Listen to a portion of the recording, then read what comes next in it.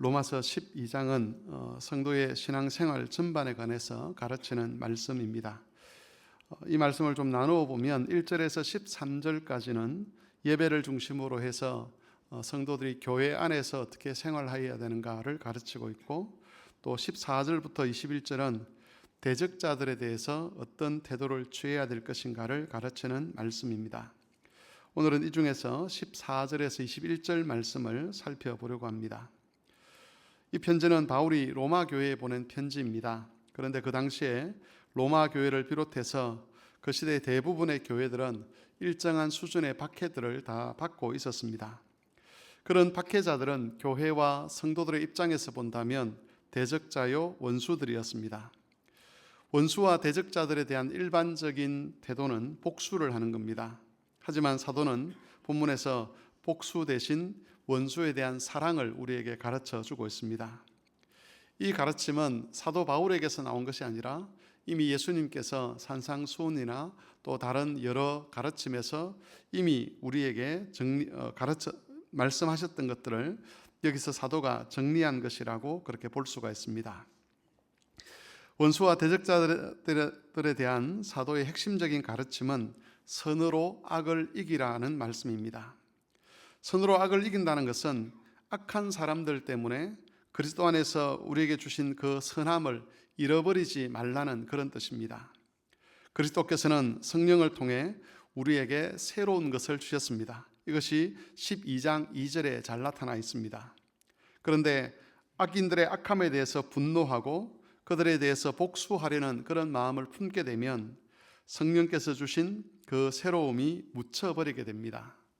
본문은 교회의 원수나 대적자들에 관한 그런 말씀이긴 하지만 우리 실상에 적용해 보았을 때 교회 안에서 이렇게 저렇게 서운한 마음을 가진 그런 사람들에게 우리가 그 사람들을 미워하거나 또 그 사람들에게 복수하고 싶은 그런 마음을 품게 되면 성령께서 주신 그 새로운 성품, 그 새 마음을 잃어버리게 되는 겁니다.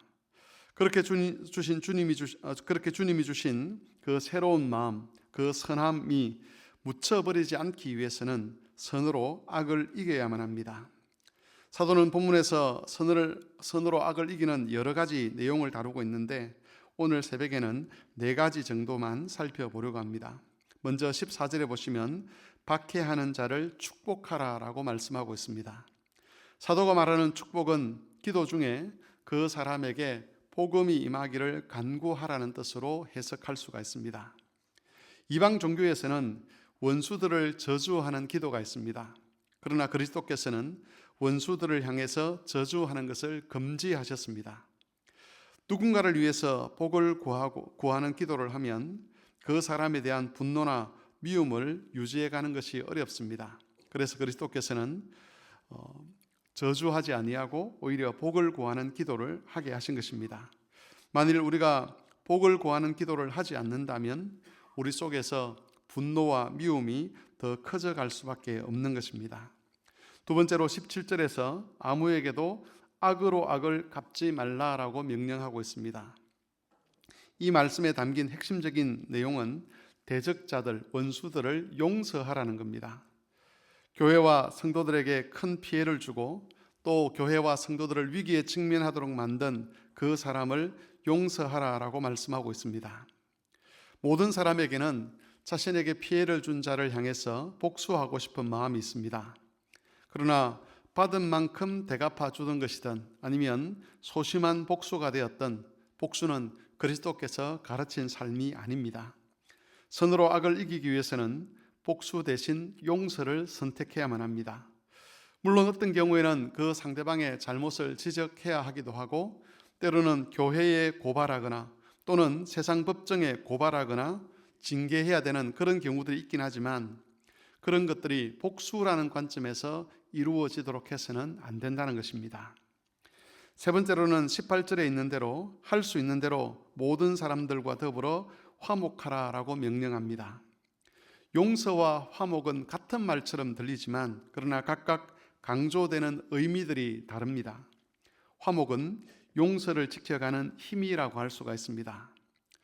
누군가에 대해서 용서하겠다는 마음을 먹었지만 그럼에도 불구하고 마음에 분노가 가시지 아니하고 복수하고 싶은 마음이 끊임없이 우리 안에서 일어납니다. 우리가 용서를 결단했다고 해서 우리 마음이 그걸 쉽게 받아들이지는 않는다는 것이지요.